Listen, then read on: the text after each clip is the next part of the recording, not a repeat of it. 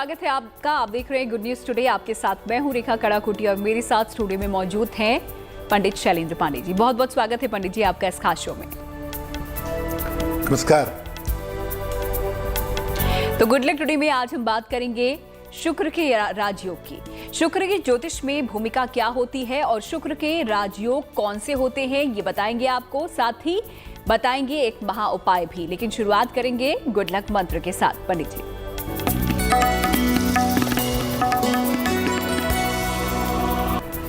बात करते हैं गुड लक मंत्र की। देखिए, जहां तक संभव हो शुक्रवार के दिन वैवाहिक जीवन में विवाद मत करिए। वैसे तो कभी मत करिए, लेकिन शुक्रवार के दिन अगर वैवाहिक जीवन में विवाद करते हैं तो याद रखिए इस दिन किया हुआ वैवाहिक विवाद जल्दी समाप्त नहीं होता। तो कोशिश करिए कि शुक्रवार के दिन पति पत्नी के बीच में झगड़ा विवाद ना हो तो ज्यादा बेहतर होगा। तो एक प्रयोग किस तरीके से आपका गुड लक बढ़ा सकता है ये हम बताते हैं आपको गुड लक मंत्र के जरिए। आगे बढ़ते हैं और देख लेते हैं 25 दिसंबर का पंचांग क्या कहता है।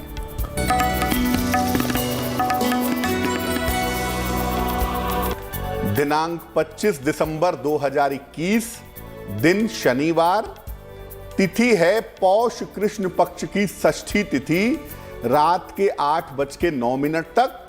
नक्षत्र है पूर्वा फाल्गुनी नक्षत्र। चंद्रमा सिंह राशि में संचरण कर रहे हैं। राहु काल का समय सुबह के 9 बजे से तकरीबन 10:30 तक। पूर्व दिशा की तरफ यात्रा करने की मनाही है, लेकिन अगर यात्रा करना जरूरी है, मजबूरी है, तो जरा सा घी खाकर और भगवान का स्मरण करके यात्रा करेंगे तो मुश्किल से बचे रहेंगे। तो चलिए, ये तो बात हो गई पंचांग की, और इस पंचांग के जरिए आप भी अपने दिन की शुरुआत शुभ कर सकते हैं। अब बढ़ते हैं आगे और बात कर लेते हैं शुक्र के राजयोग की। लेकिन उससे पहले ये जानना जरूरी है कि शुक्र के ज्योतिष में भूमिका आखिरकार होती क्या है। तो पहले ये जानते हैं, उसके बाद आपको राजयोग के बारे में भी बताएंगे पंडित जी। बिल्कुल। अगर हम शुक्र की भूमिका समझें कि ज्योतिष में शुक्र क्या करता है, दरअसल देखिए, शुक्र को भी ज्ञान का स्वामी कहा जाता है। यह मत समझिए कि शुक्र का मतलब केवल ग्लैमर होता है। शुक्र को गुरु भी कहते हैं। 2 आचार्य हैं ज्योतिष में, आचार्य शुक्र और आचार्य बृहस्पति। तो शुक्र को भी ज्ञान का और वैभव का स्वामी कहा जाता है। शुक्र जो है वो ग्लैमर का सबसे बड़ा ग्रह माना जाता है। शुक्र के पास 2 राशियां हैं, वृषभ राशि और तुला राशि। शुक्र जो है ये मीन राशि में सबसे ज्यादा मजबूत होता है, और अगर कुंडली में शुक्र अच्छा है तो शुक्र की वजह से आपको जीवन में सुख और वैभव मिल जाता है। अगर कुंडली में शुक्र का राजयोग है तो व्यक्ति को नाम यश भी मिलता है। ग्लैमर तो मिलेगा ही, वैभव तो मिलेगा ही, साथ में नाम और यश भी मिलता है। शुक्र का केवल एक राजयोग भी अगर आपकी कुंडली में है तो आप जीवन में आसानी से सुख और शांति पा सकते हैं। तो ये तो आपने जाना कि शुक्र की ज्योतिष में क्या भूमिका होती है। आगे आपको शुक्र के राजयोग के बारे में भी बताएंगे, लेकिन फिलहाल बात कर लेते हैं राशियों की और शुरुआत करेंगे मेष राशि के साथ।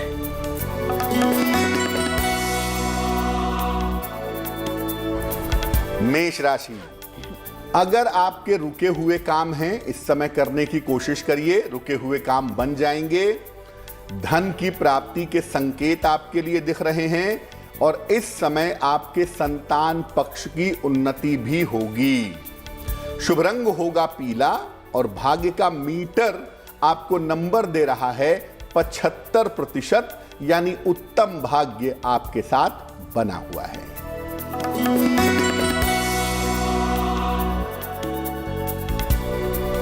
वृषभ राशि, व्यर्थ के मानसिक तनाव दिखाई दे रहे हैं, और इस चक्कर में बेवजह के झगड़े हो सकते हैं, वाद विवाद हो सकता है। ध्यान रखें, पीपल के वृक्ष के नीचे अगर सरसों के तेल का दीपक जलाएं तो बहुत अच्छा होगा। शुभ रंग होगा नीला, और भाग्य का मीटर आपको नंबर दे रहा है 60%, यानी मेहनत ज्यादा है, भाग्य थोड़ा कम है।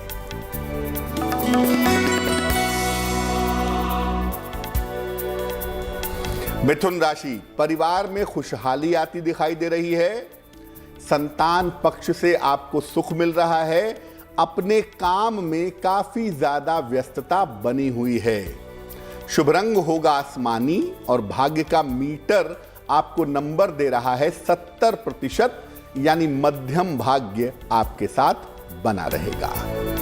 तो चलिए, तो बात हो गई मेष, वृष और मिथुन राशि की। आगे बढ़ते हुए अब देख लेते हैं शुक्र के राजयोग के बारे में। और सबसे पहले शुक्र के पहले राजयोग की बात करेंगे तो वो है मालव्य योग। तो क्या होता है मालव्य योग, ये जानते हैं पंडित जी से। ज्योतिष में पंच महाभूतों के 5 योग की बात की गई है। उसमें जो शुक्र का पंच महापुरुष योग है उसे कहते हैं मालव्य योग। कैसे बनता है? शुक्र अगर कुंडली में केंद्र में मीन राशि में, वृषभ राशि में या तुला राशि में बैठा हो तो मालव्य नामक राजयोग बनता है। महाराजयोग है ये। और अगर कुंडली में मालव्य नामक राजयोग बनता है तो इससे व्यक्ति को अपार वैभव और अपार विलास मिलता है। व्यक्ति को ग्लैमर, सुख, समृद्धि, धन और आकर्षण प्राप्त होता है। जिनकी कुंडलियों में मालव्य योग होता है ऐसे लोग फिल्म के क्षेत्र में, मीडिया में, कला में, सौंदर्य या चिकित्सा के क्षेत्र में काफी सफल होते हैं। मालव्य योग वाले लोग कभी कभी आपको औषधि यानी मेडिसिन के क्षेत्र में और चिकित्सा के क्षेत्र में भी दिखाई देंगे। अगर कुंडली में मालव्य योग है तो आपको विलासिता की आदतों का ध्यान देना चाहिए। बेवजह लग्जरी में डूबना नहीं चाहिए। साथ ही साथ बेवजह धन की बर्बादी करने से भी जहां तक संभव हो आपको बचना चाहिए। तो ये तो शुक्र के पहले योग मालव्य योग की बात हो गई। आगे के योग भी आपको बताएंगे, लेकिन कार्यक्रम में आगे बढ़े उससे पहले आपको बता दें कि गुड लक टुडे में हम आपको देते हैं आपके सवालों के जवाब। तो आपको कुछ नहीं करना है, बस हमें अपने सवाल, अपनी समस्याएं लिख भेजिए। आपकी समस्याओं का समाधान करेंगे पंडित जी हमारे साथ। तो हमारी ईमेल आईडी आपके सामने इस वक्त फ्लैश हो रही है। इसी ईमेल आईडी पर आपको अपने सवाल भेजने हैं। बढ़ते हैं आगे और अब देख लेते हैं कर्क, सिंह और कन्या राशि के जातकों का दैनिक राशिफल।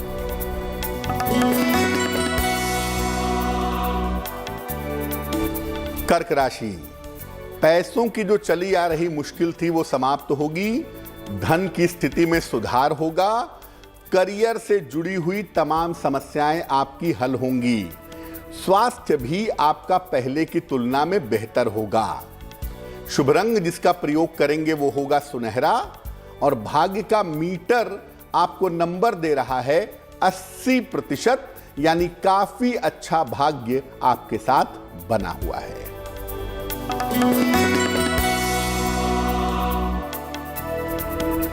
सिंह राशि, संतान पक्ष को सफलता मिलती दिख रही है। नौकरी में पदोन्नति के योग आपके लिए बने हुए हैं।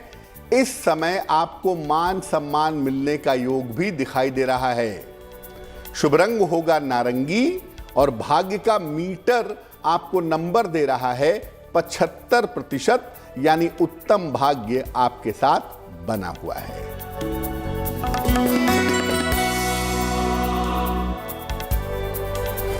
कन्या राशि, बेवजह के वाद विवाद मत करिए, वाद विवाद से बचिए। काम का बोझ थोड़ा ज्यादा रहेगा, बुद्धिमानी करेंगे तो निपटा पाएंगे। पीपल के वृक्ष में जल अर्पित करेंगे तो आपकी मुश्किलें कम हो जाएंगी। शुभ रंग जिसका प्रयोग करेंगे वो होगा सफेद और भाग्य का मीटर आपको नंबर दे रहा है 60%, यानी मेहनत ज्यादा होगी, भाग्य थोड़ा कम होगा। तो कर्क, सिंह और कन्या राशि के जातकों का भाग्य कितना साथ दे रहा है पंडित जी ने आपको बताया।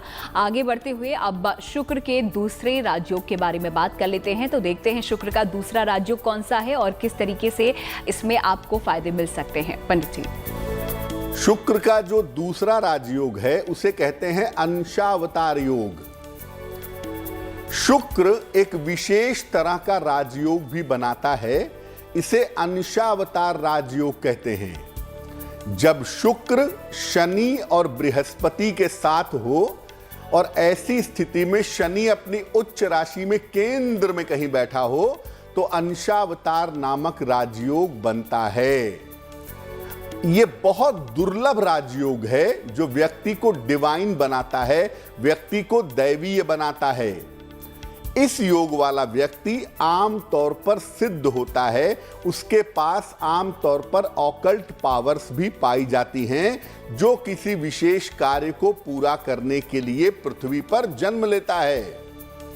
लेकिन इस योग के लिए आपको ग्रहों का अंश भी देखना होगा, वर्गों का भी ध्यान रखना होगा और यह भी देखना होगा कि शनि जो है वो केंद्र में उच्चस्थ है या नहीं है। क्योंकि हो सकता है शुक्र बृहस्पति शनि साथ में हो या शुक्र बृहस्पति से शनि का संबंध बन रहा हो, लेकिन अगर शनि उच्चस्थ नहीं होगा तो ये योग इतना ज्यादा प्रभावशाली नहीं रहेगा।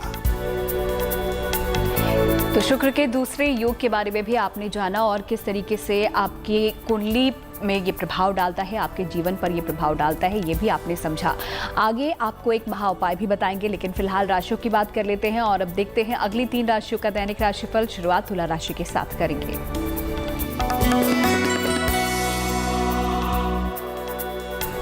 तुला राशि, बेवजह की पुरानी समस्याएं, पुराने विवाद इस समय हल होंगे। आपके कारोबार में आपके सुधार होता दिख रहा है। धन से जुड़ी हुई मुश्किलें भी इस समय समाप्त होंगी। शुभ रंग जिसका प्रयोग करेंगे वो होगा धानी और भाग्य का मीटर आपको नंबर दे रहा है 70%, यानी मध्यम भाग्य आपके साथ बना रहेगा।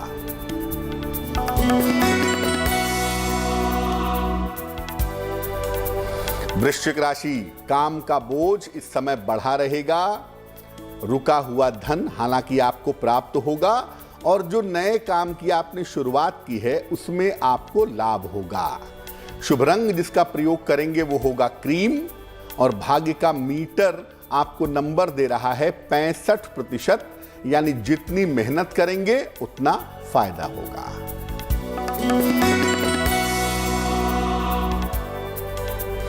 धनु राशि, करियर से जुड़ी हुई तमाम बाधाएं आपकी इस समय दूर होंगी। आपको मान सम्मान मिलेगा। आकस्मिक धन का लाभ होता हुआ भी दिख रहा है। शुभ रंग जिसका प्रयोग करेंगे वो होगा लाल और भाग्य का मीटर आपको नंबर दे रहा है 75%, यानी उत्तम भाग्य आपके साथ बना रहेगा। आखिरी 3 राशियों के बारे में भी आपको बताएंगे और साथ ही आपके सवालों के जवाब भी देंगे, लेकिन उससे पहले जान लेते हैं शुक्र के तीसरे राजयोग के बारे में। तो कौन सा है शुक्र का ये तीसरा राजयोग और किस तरीके से आपकी कुंडली में या फिर आपके व्यक्तित्व में ये प्रभाव डालता है, पंडित जी से समझेंगे। ज्योतिष में 6वें, 8वें और 12वें भाव को अशुभ समझते हैं। इसको त्रिक स्थान कहते हैं।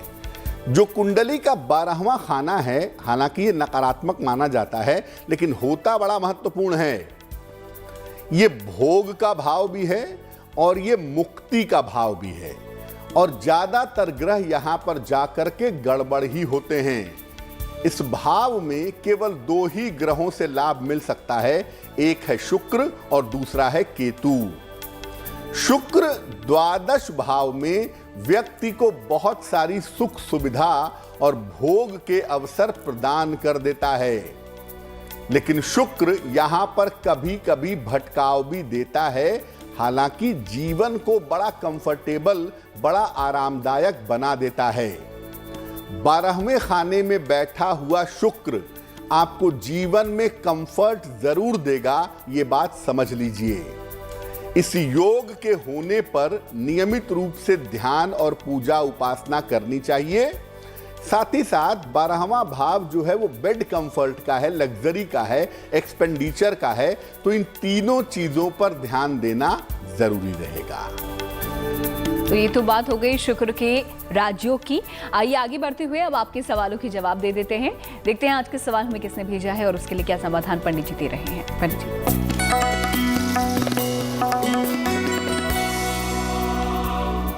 राजकुमार गुप्ता जी ने हमें इंदौर से प्रश्न लिखा है।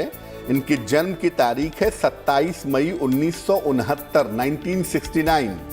जन्म का समय है सुबह के 7 बजे और जन्म का स्थान है इंदौर। राजकुमार जी लिख रहे हैं कि व्यवसाय करते हैं काफ़ी समय से, लेकिन पिछले लगभग 2 सालों से व्यवसाय की स्थिति अच्छी नहीं है, थोड़े कर्जे भी हो गए हैं। तो क्या व्यवसाय में बदलाव करना चाहिए या आने वाले समय में व्यवसाय अच्छा हो जाएगा और इसको बेहतर करने के लिए क्या करें? राजकुमार जी, मैं बता दूं कि आप जिस ग्रह की समस्या से परेशान हैं वो बृहस्पति हैं और बृहस्पति की वजह से आपको जीवन में मुश्किलें हो रही हैं। लेकिन ये समस्या बहुत दिन चलने वाली नहीं है। मई 2022 से आपकी स्थितियों में सुधार होना शुरू हो जाएगा। व्यवसाय में किसी तरह के बदलाव की जरूरत नहीं है आपको। आप इसी व्यवसाय को चलने दीजिए, उसमें कोई दिक्कत नहीं है। हाँ, व्यवसाय बेहतर हो, कर्जा कम हो, इसके लिए आप 2 उपाय कर लें। एक पन्ना बनवा के पहन लें, लगभग 6 से 8 रत्ती का पन्ना चांदी की अंगूठी में, दाहिने हाथ की सबसे छोटी उंगली में, बुधवार की शाम को, और रोज सुबह एक बार विष्णु सहस्त्र नाम का पाठ करें। आपकी मुश्किलें कम हो जाएंगी। तो चलिए, अगर आपके भी कोई सवाल हैं जो आप पंडित जी से पूछना चाहते हैं, हमें लिख भेजिए हमारी ईमेल आईडी पर, जो कि आपकी स्क्रीन पर इस वक्त फ्लैश हो रही होगी। फिलहाल आगे बढ़ते हुए अब आखिरी 3 राशियों के बारे में भी जान लेते हैं। देखते हैं मकर राशि का हाल पहले।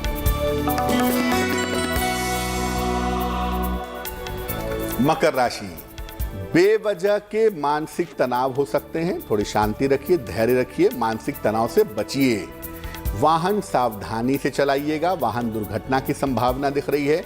और अगर आप तमाम मुश्किलों से बचना चाहते हैं तो पीपल के वृक्ष में जल अर्पित करिएगा, आपकी मुश्किलें कम हो जाएंगी। शुभ रंग जिसका प्रयोग करेंगे वो होगा हरा, और भाग्य का मीटर आपको नंबर दे रहा है 60%, यानी मेहनत ज्यादा है, भाग्य थोड़ा कम है।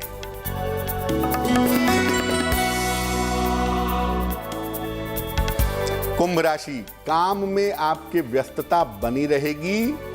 छोटी यात्रा के योग भी इस समय आपके लिए दिखाई दे रहे हैं।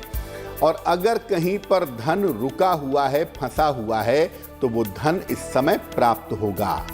शुभ रंग होगा आपका बैंगनी, और भाग्य का मीटर आपको नंबर दे रहा है 70%, यानी मध्यम भाग्य आपके साथ बना रहेगा।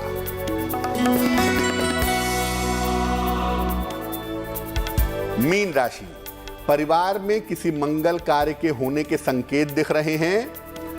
करियर से जुड़ी हुई तमाम चिंताएं आपकी समाप्त होंगी।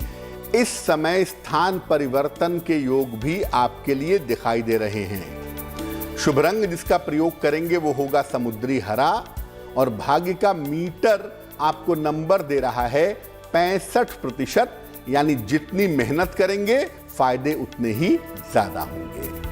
तो सभी 12 राशियों के बारे में आपने जाना, कितना भाग्य इन राशियों के जातकों का साथ निभा रहा है, और कुछ उपाय भी पंडित जी यहाँ पर आपको देते हैं जिससे आप अपना दिन शुभ कर सकते हैं। फिलहाल आगे बढ़ते हुए अब जान लेते हैं उन लोगों के बारे में जिनका जन्मदिन आता है 25 दिसंबर को। तो कैसा रहेगा उनका आने वाला साल, पंडित जी आपको बताएंगे। जी,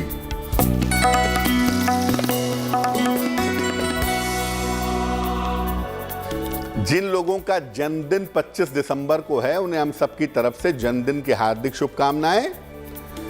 आने वाले वर्ष में अपने स्वास्थ्य का बहुत ध्यान रखिए। करियर में थोड़ा सा उतार चढ़ाव भी आपके लिए दिख रहा है। हालांकि देखिए, जून से आपकी स्थितियों में सुधार होना शुरू हो जाएगा।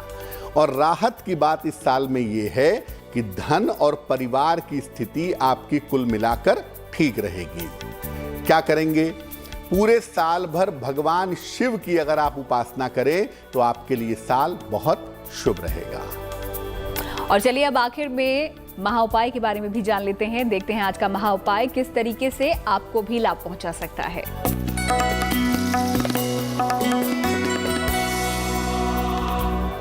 आप अपनी इच्छा से विवाह करना चाहते हैं या चाहती हैं, मनचाहे विवाह के लिए प्रयास कर रहे हैं, लेकिन मनचाहा विवाह होने में अड़चन आ रही है। क्या उपाय करना चाहिए? नियमित रूप से भगवान शिव और मां पार्वती की पूजा करें। कैसे करेंगे? रोज सुबह शाम उनके सामने ओम पार्वती पतये नमः इस मंत्र का जप करेंगे। हर शुक्रवार को शिवलिंग पर पंचामृत अर्पित करके प्रार्थना करेंगे। आपके मनचाहे विवाह की स्थितियां जल्दी से जल्दी बननी शुरू हो जाएंगी। तो इस महाउपाय के लिए पंडित जी आपका बहुत बहुत शुक्रिया, और साथ ही शुक्रिया शुक्र के राजयोग के बारे में जानकारी देने के लिए। धन्यवाद। तो गुड लक टुडे में आज के लिए फिलहाल इतना ही। हमें आप दीजिए इजाजत, लेकिन अच्छी खबरों के लिए आप देखते रहिए गुड न्यूज टुडे।